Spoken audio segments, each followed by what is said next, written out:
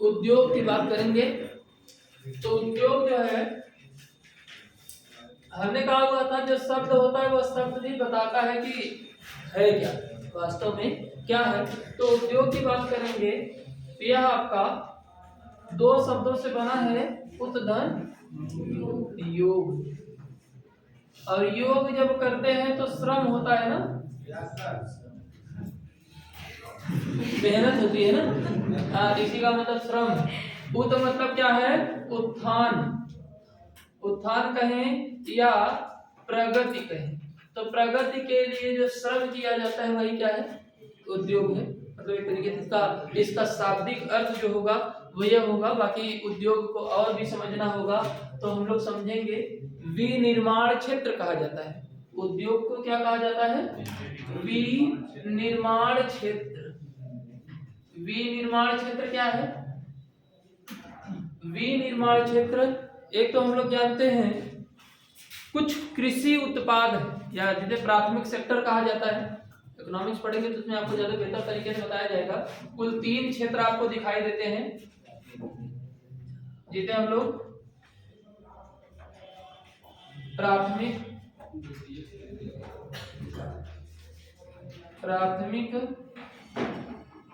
द्वितीयक और तृतीयक। प्राथमिक, द्वितीयक और तृतीयक, ये 3 क्षेत्र हैं। आपसे यहाँ सामान्य क्वेश्चन पूछा भी जाता है। प्राथमिक क्षेत्र क्या है, प्राथमिक क्षेत्र के अंतर्गत कौन कौन से कार्य आएंगे। तो एक हम लोग देखें कृषि। ऐसा हमारे से अब क्वेश्चन थोड़ा कम बनने के चांस है, लेकिन कभी कभी अब क्वेश्चन पूछा भी जाता है कि प्राथमिक सेक्टर के अंतर्गत कौन कौन से क्षेत्र आते हैं। तो कृषि हो गया, उसके बाद देखेंगे वन है, मत्स्यन मतलब मछली पालन, ठीक। या ऐसी एक शब्दों में हम लोग समझे कि प्राथमिक क्षेत्र के अंतर्गत कौन आएगा, प्रकृति से जो प्रत्यक्ष रूप से संबंधित कार्य है।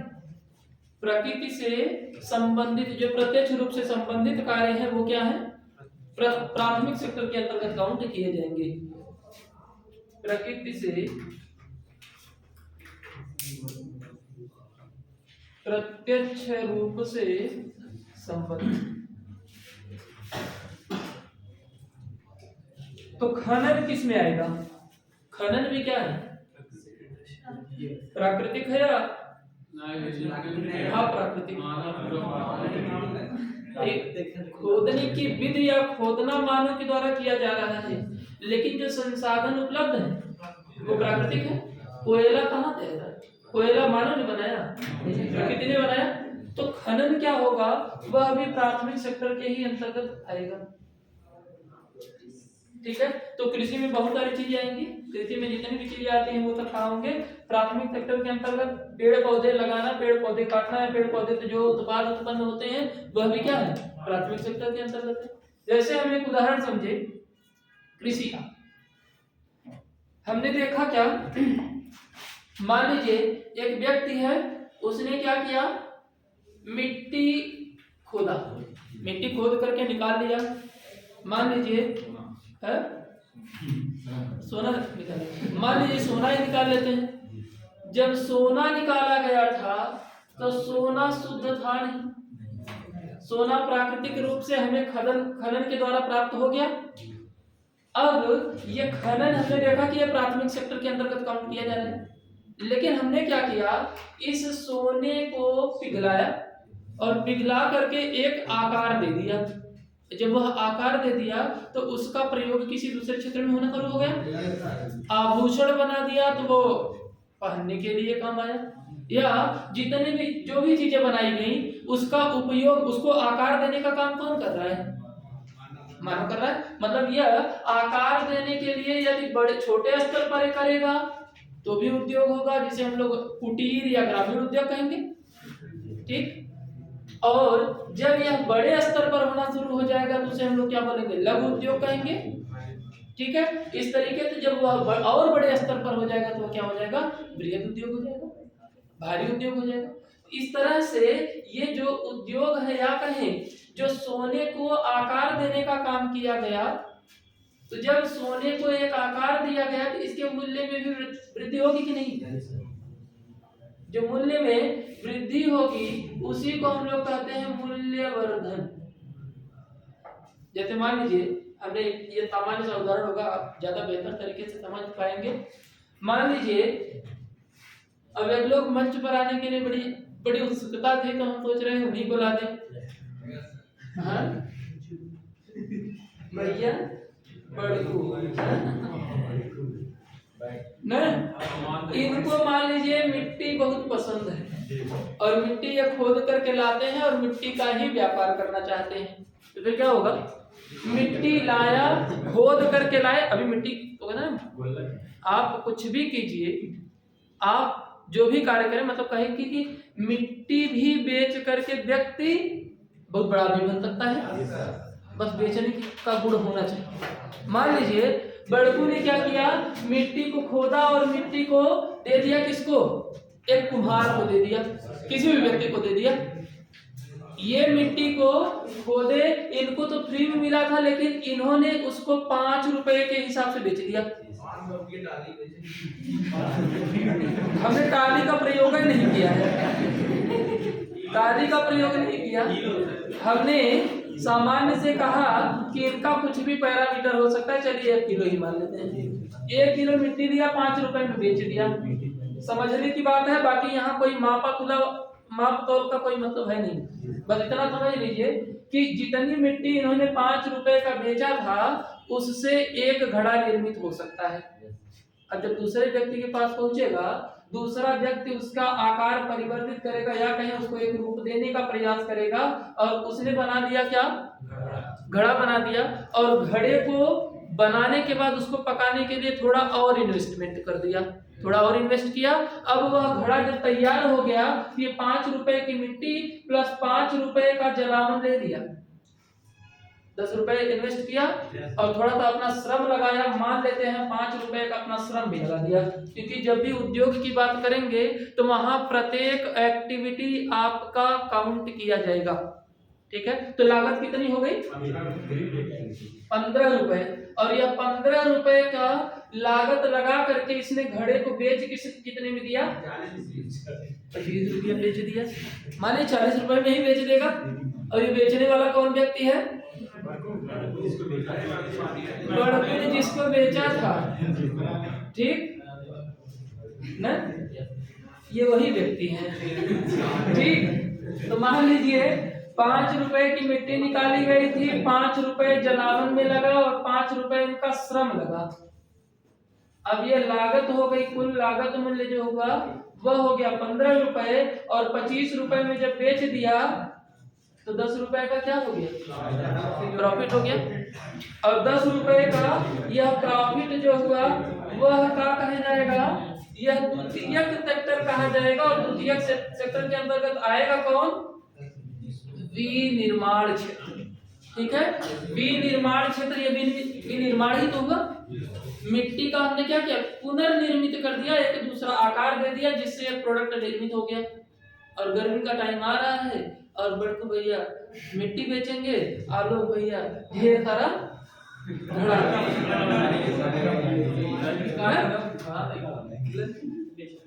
लोगों को बेच रहे। और मान लीजिए इनको लगा कि अलग अलग देना ठीक नहीं है, श्रम ज्यादा लग रहा है, तो इन्होंने क्या किया?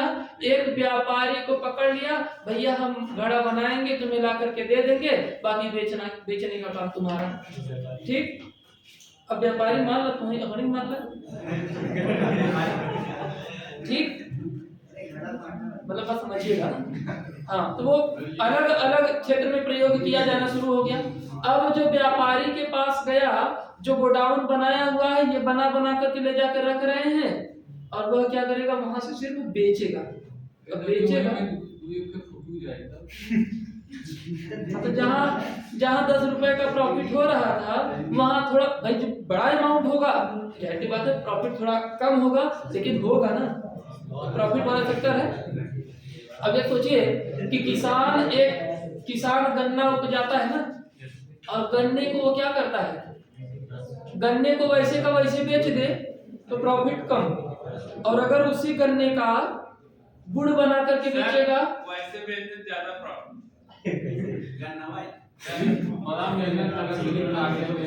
अगर उस गन्ने को गन्ना, एक गन्ना कितने में बिकता होगा, 5 रुपए का बिकता होगा। अब मान लीजिए आपने काउंट करके बेच दिया, अगर मान लीजिए 100 गन्ना बेचा, 100 गन्ना बेचा तो 100 गन्ने कितने की बिक गए, 500 का बिक गया। और अगर इसका गुड़ बना करके बेच दिया जाए तो, चीनी बना कर बेच दिया जाए तो 250। अब यह आपकी टेक्निक हो सकती है, क्योंकि हम लोग जानते हैं, मान लीजिए 250 रुपये में बेचा, आपके पास तकनीक कम होगी तो लागत ज्यादा लग जाएगी, और अगर आपके पास तकनीक अच्छी होगी तो ये 100 गन्ने का ही एक बार में गुड़ नहीं बनाएंगे, 100 गन्ने से ज्यादा बनाएंगे तो लागत कम हो जाएगी, तो लागत जब कम होगी तो प्रॉफिट बढ़ जाएगा। ठीक, तो ये हमारी तकनीक, यही कारण है कि भारत का उद्योग बड़ा पिछड़ा रह गया, क्योंकि तकनीकी उतने अच्छे से प्रवेश नहीं कर पाई। आगे हम लोग समझेंगे इन सभी चीजों को।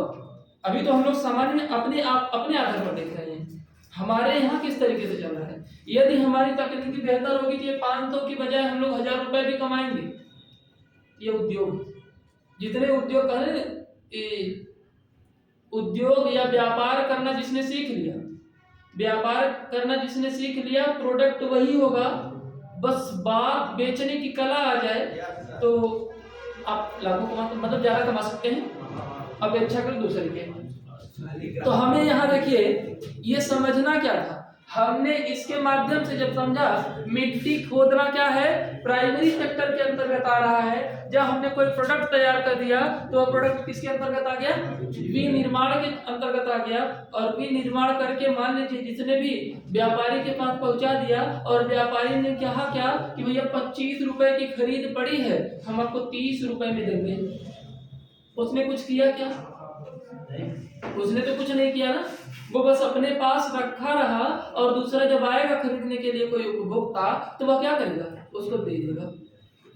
अब यह क्या हो गया, उसने तो सर्विस दिया ना, सर्विस दिया, क्या अपने पास रखा था बस उठा करके दे दिया, उसने उसमें कुछ नहीं किया, कोई परिवर्तन नहीं किया। यदि वह परिवर्तन करता, मान लीजिए ये सामान्य सा बना करके दिए थे, उसने कुछ डिजाइन बना दिया और कलर कर दिया उसको, और उसका रेट बढ़ गया, 25 रुपए का था ना, अब लीजिए 50 रुपए हो गया। आप देखते होंगे दिवाली के टाइम पे दीपक के बहुत सारे अलग अलग स्ट्रक्चर के दीपक मिलते हैं, और वो कलरफुल हो जाए तो उसका रेट बढ़ जाता है। तो वह भी किस में आएगा, विनिर्माण के ही अंतर्गत आ जाएगा। लेकिन सर्विस में क्या है, हमें कुछ नहीं करना है, बस प्रोडक्ट उठाया, दूसरी जगह से उठाया, तीसरी जगह ले जाकर के दे दिया। यह क्या है, तीसरे के अंतर्गत आ जाएगा। तीसरे के अंतर्गत क्या है, सेवा क्षेत्र। ठीक है, तो यह आपके 3 क्षेत्र होते हैं उद्योग के। हाँ मान लीजिए, हाँ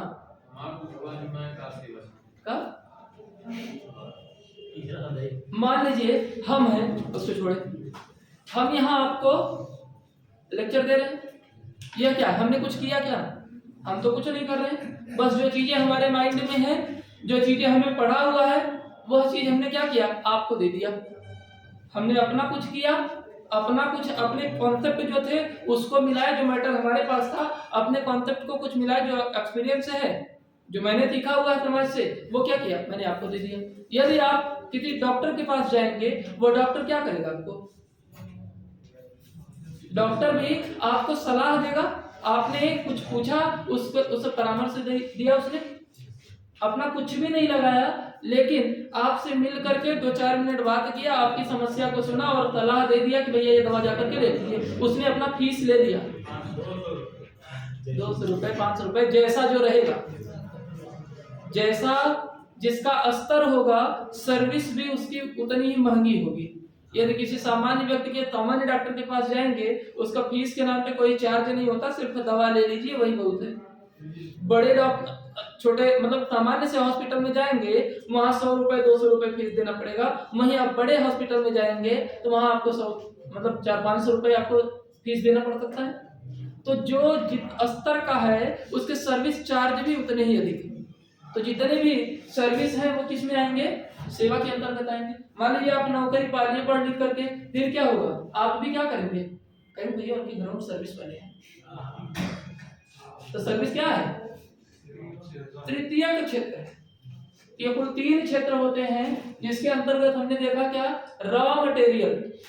रॉ मटेरियल क्या, ये कृषि या प्राथमिक सेक्टर के जो भी उत्पाद हमें प्राप्त होते हैं वो क्या है, रॉ मटेरियल कहे जाएंगे, कच्चा माल कहा जाएगा, कच्चा उत्पाद कहा जाएगा। और जब उस कच्चे माल का हमने क्या किया, परिष्करण कर दिया, उसको दूसरा रूप दे दिया। मान लीजिए जंगल है, वन है, तो वन से हमने क्या किया, लकड़ी काटा और उस लकड़ी को ऐसे ही बेच दिया, वो प्राथमिक सेक्टर के अंतर्गत कम लाभ देगा। लेकिन इसी लकड़ी का जब हमने क्या किया, एक तैयार कर दिया, कोई बेड तैयार कर दिया, तख्त तैयार कर दिया या मेज कुर्सी जो भी तैयार कर दिया, अब लकड़ी की जो लागत होगी उसमें थोड़ा सा श्रम किया और वो एक नया उत्पाद बन गया। और जो नया उत्पाद बना था वह किसके अंतर्गत काउंट किया जा रहा था, द्वितीय के अंतर्गत। तो उम्मीद है कि ये समझ में आया होगा, प्राथमिक क्या है, द्वितीय क्या है, तृतीय क्या है, विनिर्माण क्या है, मूल्यवर्धन क्या है। मूल्यवर्धन समझ में आया, मूल्य में जो परिवर्तन हो रहा था, जब हमने रॉ मटेरियल लिया था तो उसकी वैल्यू कम थी, लेकिन जब हम उसको एक आकार दे दिया, हमने उसका एक प्रोडक्ट तैयार कर दिया, विनिर्माण कर दिया, तो वह क्या हो गया, उसके मूल्य में वृद्धि हो गई। तो यह क्या है, मूल्यवर्धन। तो यही आपका क्या है, उद्योग जो होगा वह आपके द्वितीयक क्षेत्र के अंतर्गत आएगा। लेकिन इस द्वितीयक क्षेत्र को सपोर्ट करने के लिए प्राथमिक सेक्टर का भी होना जरूरी है। जब तक प्राथमिक सेक्टर नहीं होगा तब तक द्वितीयक सेक्टर का विकास नहीं हो सकता। तो आज हम लोग देखिए वर्तमान की स्थिति क्या है, लोग कृषि नहीं करना चाहते, लोग कृषि नहीं करना चाहते हैं, और जब कृषि नहीं होगी, कच्चा मटेरियल नहीं मिलेगा, तो क्या होगा, द्वितीयक सेक्टर भी मजबूत होगा क्या, नहीं होगा। तो यह बात है, सब एक दूसरे से जुड़े हुए हैं। और इस उद्योग की बात करें तो जो आज हम लोग देख रहे हैं कि उद्योग का पिछड़ापन है, यदि हम लोग देखें, आपके एक कॉन्सेप्ट आया था, उद्योग में पिछड़े हुए राज्य को क्या कहा गया था, बीमारू राज्य, बीमारू राज्य। ठीक, तो बीमारू राज्य क्या है, ऐसे क्षेत्र जहां पर विनिर्माण नहीं होता। विनिर्माण नहीं होता मतलब प्राथमिक सेक्टर से संबंधित ज्यादा कार्य होते हैं, जिसमें आपके उत्तर प्रदेश को भी काउंट किया जाता है। उत्तर प्रदेश हो गया, उसके बाद इधर देखेंगे बिहार हो जाएगा, ठीक है, पंजाब हरियाणा वाला क्षेत्र हो जाएगा, राजस्थान वाला क्षेत्र हो जाएगा। राजस्थान में हालांकि कुछ क्षेत्र में कुछ चीजें हैं जिसमें आपने देखा हुआ था, क्या क्या पाया जा रहा था राजस्थान से, राजस्थान के अरावली पर्वत से जावर की खान आपने पढ़ा था, खेतड़ी की खान पढ़ा था, वहां से कुछ निकाला जा रहा था ना, तांबा, जस्ता, सीसा, संगमरमर निकाला जा रहा था, लाल सफेद वाला संगमरमर प्राप्त होता है। तो ये सब क्या है, वहां पे थोड़ा बहुत मात्रा में आपके उद्योग वगैरह हैं, वो औद्योगिक कार्य किए जा रहे हैं। निर्माण का क्षेत्र वहां भी डेवलप है, परंतु उतना ज्यादा विकसित नहीं हो पाया जितना कि अन्य क्षेत्रों में हो पाता है। जैसे हम लोग देखें गुजरात और महाराष्ट्र वाला क्षेत्र, गुजरात महाराष्ट्र में हम लोग जानते हैं कि ज्यादातर लोग क्या करते हैं, लोगों के पास जब कोई जॉब नहीं होती है तो वो क्या करते हैं, दिल्ली, मुंबई, गुजरात ऐसे क्षेत्रों, कोलकाता, इन क्षेत्रों में जाते हैं। इन क्षेत्रों में क्यों जाते हैं, क्योंकि हम लोग जानते हैं कि उन क्षेत्रों में प्रोडक्ट जो कच्चा मटेरियल था वह ज्यादा प्राप्त हो रहा था, जिससे उद्योग इंडस्ट्री बनाई गई, और जब इंडस्ट्री लगाई गई तो जाहिर बात है रोजगार उपलब्ध होगा, और जहां रोजगार उपलब्ध होगा वहीं लोग जाना भी पसंद करेंगे। तो पहले हम लोग देखें शुरुआत में जब ब्रिटिश काल था, ब्रिटिश काल के टाइम पे ही कलकत्ता सबसे ज्यादा विकसित हुआ। सबसे पहले अंग्रेजों ने बंगाल पर ही अधिकार किया हुआ था। कब किया था, 1764 में बक्सर का युद्ध होता है। उसके बाद हमने देखा 1765 में इलाहाबाद की संधि के पश्चात अंग्रेजों का पूरी तरीके से आधिपत्य हो जाता है इस पर, बंगाल वाले क्षेत्र पर। और बंगाल वाले क्षेत्र जब उनके अधिकार क्षेत्र में आया तो बंगाल वाले क्षेत्र में कच्चा मटेरियल भी उपलब्ध था, जिसमें हमने देखा आज भी जूट का उत्पादन सबसे ज्यादा कहाँ होता है, पश्चिम बंगाल में जूट का उत्पादन होता है। छोटा नागपुर के पठार की बात हमने कहा था, छोटा नागपुर पठार जो झारखंड छत्तीसगढ़ वाले क्षेत्र में, उड़ीसा वाले क्षेत्र में है, तो वहां से कच्चा माल ज्यादा मात्रा में मिल जाता है, जिसमें आपके लौह अयस्क और जो आपके कोयला है। और हम लोग जानते हैं कि कोयला और लौह अयस्क यह दोनों उद्योग की रीढ़ कही जाती है। जहां कोयला और लोहा ये दोनों मिला तो हमने क्या किया, तरह तरह की मशीनरी बनाना शुरू कर दिया। जितने भी मशीनरी बनती हैं, क्या कोई ऐसा मशीन है क्या जिसमें लोहे का इस्तेमाल ना होता हो? सब में होता है। और लोहे को बनाने के लिए हमने कहा कि लौह अयस्क से लोहा तैयार करने के लिए हमें कोयले की भी जरूरत पड़ेगी। और जितने भी उद्योग होंगे उन सभी के लिए कोयला आधारभूत संरचना तैयार करेगा या आधार होगा। बिना कोयले के बिजली का उत्पादन नहीं होगा। मान लीजिए बिजली का उत्पादन भी हो गया तो भी टेम्परेचर की जरूरत होगी, तो इसके लिए कोयले का प्रयोग किया जाता है। इंग्लैंड में 1688 ईस्वी में ही इंग्लैंड में क्रांति क्यों हुई? औद्योगिक क्रांति की शुरुआत कहाँ हुई? इंग्लैंड से होती है, ब्रिटेन से होती है, तो भारत में क्यों नहीं हुई? क्या जरूरी था ब्रिटेन में ही हो? भारत इस टाइम गुलाम हो चुका था। भारत में जो टेक्नोलॉजी, अगर हम लोग उद्योग के इतिहास की बात करें तो उद्योग के संदर्भ में भारत का इतिहास बहुत ही स्वर्णिम रहा है। ऐसे एक तरीके से कह सकते हैं सिंधु घाटी की सभ्यता से ही उद्योग विकसित रहे। सिंधु घाटी की सभ्यता को हम लोगों ने कांस्य सभ्यता कहा था, कांस्य युगीन सभ्यता। तो वो कैसे कह दिया था? क्योंकि कांसे की खोज हो गई थी।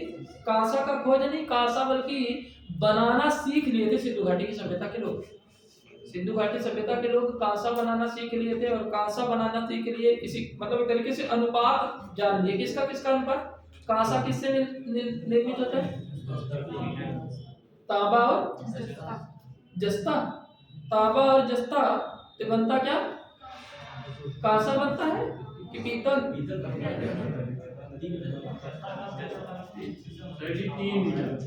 तांबा के साथ जब 3 मिलेगा तो कांस्य बन जाएगा। मतलब किस अनुपात में मिलाया जाए कि कांसा तैयार हो जाए, ये जानकारी हो चुकी थी। अभी आप देखेंगे जब अशोक के काल में आएंगे तो अशोक के काल में भी आपने देखा होगा कि बहुत सारे लौह स्तंभ अशोक के काल में स्थापित किया गया था और आज भी वो वैसे का वैसा पड़ा हुआ है। इसका मतलब यह है कि लोहे को परिष्कृत करना उन लोगों ने सीख लिया था। अभी हम लोग क्या करते हैं, ऐतिहासिक संदर्भ पढ़ते हैं। ऐतिहासिक संदर्भ में हम लोग क्या पढ़ते हैं, कौन सा शासक आया, क्या किया, बस इतना ही पढ़ लेते हैं। बाकी उद्योग उस टाइम पर भी थे। मान लीजिए अभी आज की बात करेंगे तो अच्छा शुरुआत में हम लोग देखें, आज से लगभग 20 साल पहले आप चले जाएंगे तो प्रत्येक गांव जो था वह सक्षम था। यदि नाई चाहिए तो वो भी मिल जाता था, लुहार चाहिए तो वह भी मिल जाता था। या जितने भी आपके बढ़ई की बात करेंगे, जो आपके लकड़ी वाले फर्नीचर का काम करते हैं, तो वह भी क्या है, वो सारे सभी लोग गांव में उपलब्ध हुआ करते थे। मतलब गांव जो था वो आत्मनिर्भर हुआ करता था, कह सकते हैं। बाकी आज की बात करें तो आज भी मिलते हैं, परंतु उतने स्तर पर नहीं होते जितना पहले जिस लेवल पे या जिस स्तर पे मिलते थे, जनसंख्या ज्यादा हुआ करती थी। आज अगर पूजा पाठ करवाना पड़े तो ढूंढना पड़ता है कि कौन से पंडित जी पूजा पाठ करवाते हैं। और यह ढूंढना पड़े, मतलब शादी विवाह में देखते हैं कि अगर शर्मा जी को ढूंढना पड़ता है कि कौन शादी करवा रहा है कौन नहीं करवा रहा है। अभी हम लोग देखते हैं कि वर्तमान में क्या हो गया है, सभी लोग परिवर्तित हो गए हैं, सब अपने व्यापार को छोड़ करके दूसरे व्यापार में लग गए हैं। तो बैलेंस क्या होगा, बैलेंस गड़बड़ होगा ना। अगर कृषि करने वाले में हम लोग देखें, ज्यादा कृषि कार्य करने का काम कौन कर रहा था, यादव वर्ग, अहीर कृषि कार्य ज्यादा कर रहे थे, लेकिन वह भी क्या हो गए, अपने पेशे से परिवर्तित होना शुरू हो गए। आज भी करते हैं। ये सही है कि पूरा देश संभालने का काम यही कृषि कार्य करने वाले लोग ही थे। मतलब एक तरीके से करते तो बहुत सारे लोग थे, लेकिन ज्यादा मात्रा में कौन करता रहा उसकी बात कर रहे हैं। सबका अपना अलग अलग व्यवसाय हुआ करता था। जैसे आप जब जाएंगे, जब 10 तारीख की बात छोड़ दें। 10 तारीख के बाद छोड़ दें, चला वो तो बाद में पता चलेगा क्या होना है क्या नहीं होना है। अभी 10 तारीख को आने दीजिए।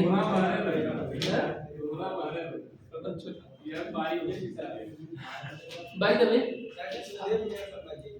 इसी को छोड़िए, इसी को देखते हुए हमने देखा हुआ था एक जाति विशेष की प्रथा भी चली थी। शुरुआत में हमने देखा था कुल 4 जातियां थी, ब्राह्मण, क्षत्रिय, वैश्य, शूद्र। लेकिन जब 4 जातियां रही, उन 4 जातियों में हमने देखा कि अलग अलग प्रकार की जातियां, बहुत सारी जातियां हो गई। तो वर्ण व्यवस्था एक तरीके से बृहद संरचना तैयार करती है। संरचना तैयार कैसे करती है? जो जिस काम में निपुण हुआ, उसी के अनुसार अपने पीढ़ी आने वाले लोगों को क्या किया, ट्रेनिंग देना शुरू कर दिया और एक नया वर्ग तैयार हो गया। यदि लोहे का काम करने वाला है तो उसे लोहार बोल दिया, ठीक। सोने का काम करने वाला है तो उसे सुनार बोल दिया। इस तरीके से जो जिस पेशे से जुड़ा हुआ था उसकी एक अलग वर्ग तैयार हो गया, ठीक। और प्राचीन काल में तो आपने पुष्पक विमान भी पढ़ा होगा, उड़त रहा रावण का। अब विभीषण ने कहा कि ठीक है, आपने हमें राजा बनाया तो इसको लेते जाइए, या मेरी तरफ से क्या है, गिफ्ट। हाँ, तो कहने का तात्पर्य है कि जो टेक्नोलॉजी हमें प्राचीन काल में दिखाई देती है, वो टेक्नोलॉजी जो है वह बाद में क्या हो गई, मिथक साबित कर दिया गया।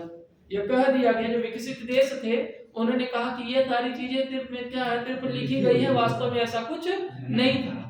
लेकिन उसी टेक्नोलॉजी का प्रयोग करके, उसी टेक्नोलॉजी पर जब रिसर्च करना शुरू किया तो वास्तव में उन लोगों ने एक नई तकनीकी ला दिया कि हमने डेवलप किया। कॉन्सेप्ट कहाँ से लाया था?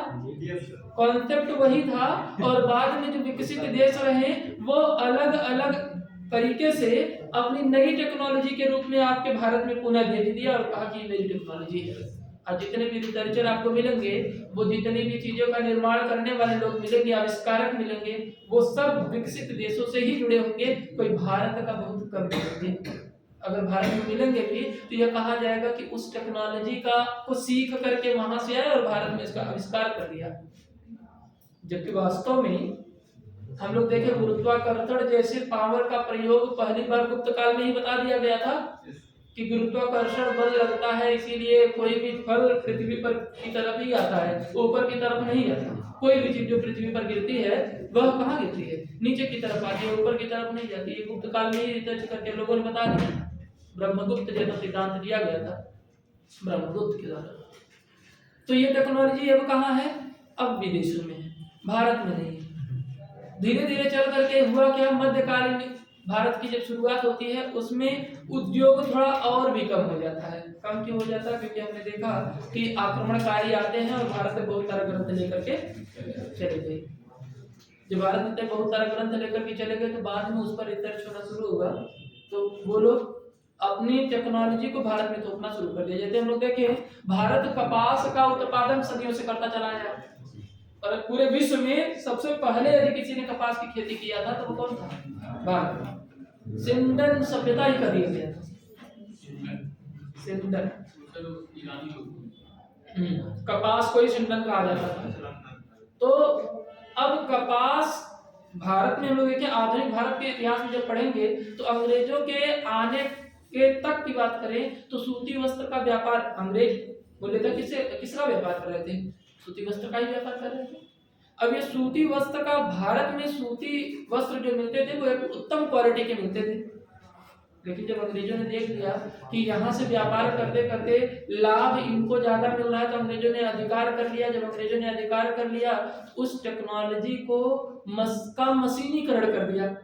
इंग्लैंड में यहाँ से सूती वस्त्र का व्यापार कर रहे थे, और बाद में क्या हुआ, जो भारत में वस्त्र बनाए जा रहे थे वो कच्चा मटेरियल जो कपास वगैरह रहा वो खरीद करके लेके जाना शुरू कर दिए, और जब ले करके गए तो वैसे भी यहाँ कच्चा माल कम हो गया, और जब कच्चा माल कम हो गया तो उत्पाद भी कम हो जाएंगे। और जो हम लोग जानते हैं भारत में हथकरघा उद्योग था, हाथ से कपड़े बुने जाते थे। लेकिन हुआ क्या, हाथ से बनाए गए कपड़े भी मशीन से बनाए गए कपड़े से उत्तम क्वालिटी के हुआ करते थे। जब आप इतिहास पढ़ेंगे तो उसमें आप देखेंगे बहुत सारे लोग जो ऐसे बुनकर थे, उन बुनकरों को या तो किसी अपने देश ले जाते थे ये लोग उचित मूल्य दे करके, या तो जो जाने के लिए तैयार नहीं हुआ, जिसमें स्वदेशी की भावना थी, उसके हाथ कटवा दिए गए कि ना रहेगा ना कपड़ा बुनेगा, और ना कपड़ा बुनेगा तो वह क्वालिटी जो होगी, ये हम लोग जानते हैं कि कोटेशन आता है ब्रिटेन की तरफ से कि ब्रिटेन की जो अलमारी है वो पूरे भारतीय कपड़ों से ही भरी हुई है। जब औद्योगिकरण की शुरुआत हो चुकी है, उसके बावजूद भी भारत के सूती वस्त्र विदेशों में इतने प्रचलित रहे हैं कि उनकी पूरी अलमारी भारतीय कपड़े से भरी हुई थी। जब ये कोटेशन आता है तो इस टाइम पे क्या हुआ, अंग्रेजों के को लगा कि यदि भारतीय उद्योग बचा रहेगा तो हमारा उद्योग विस्तृत नहीं हो पाएगा। उस उद्योग, भारत के उद्योग को समाप्त करने के लिए, एक तरीके से हथकरघा उद्योग को समाप्त करने के लिए उन लोगों ने ये तरह तरह की नीति अपनाई। अंग्रेजों के काल तक, मतलब जब तक भारत में वो लोग रहे हैं, तब तक उद्योगों का विकास बहुत ज्यादा नहीं हो पाया। हाँ, अगर कुछ हुआ भी तो उन लोगों ने उद्योग भी उसी जगह पे लगाया जहां उनको फायदा था। इसलिए हम लोग देखते हैं कि भारत में विभिन्न प्रकार के उद्योग भी लगाए जाते हैं, परंतु जैसे भारत आजाद होता है तो सारे उद्योग क्या हुए, उस स्थिति में छोड़ करके गए कि अब ना वो जी सकते हैं ना वो मर सकते, मतलब मरणासन स्थिति में थे। लेकिन जैसे जैसे जब भारत आजाद हुआ तो हमने देखा विभिन्न पंचवर्षीय योजनाओं के माध्यम से भारत में भी उद्योग स्थापित करने का प्रयास किया जाता है। और वर्तमान की बात करेंगे, शुरुआत में तो यह खूब उठा, उद्योग जो है वह बहुत प्रचलित हुआ। आगे चल करके हम लोग देखेंगे भारत में उद्योग का विकास करने के लिए, लोगों को प्रेरित करने के लिए एक प्रोग्राम चलाया जाता है 1991 ईस्वी में, जिसे हम लोग कहते हैं उदारीकरण, मतलब एलपीजी मॉडल। कौन लाया था?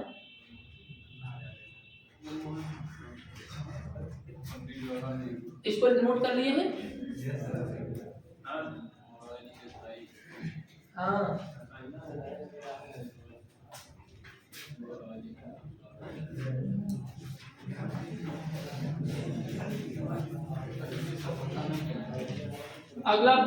अगला पॉइंट डाल करके हेडिंग बना करके लिख लीजिएगा, भारत में उद्योगों का विकास।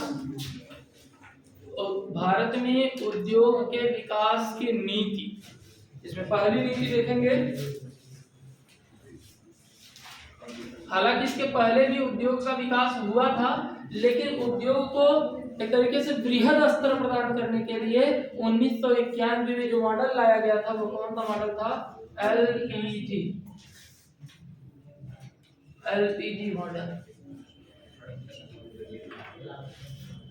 एलपीजी मॉडल क्या है?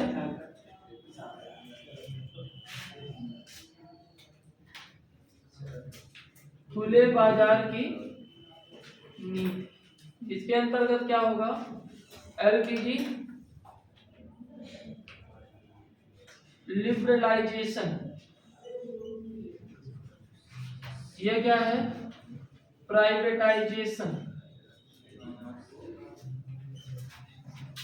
तीसरा क्या है? ग्लोबलाइजेशन।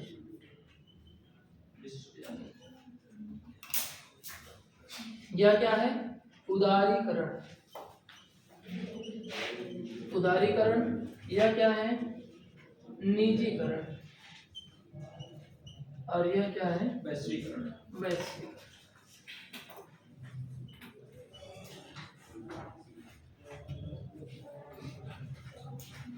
उदारीकरण, निजीकरण और वैश्वीकरण।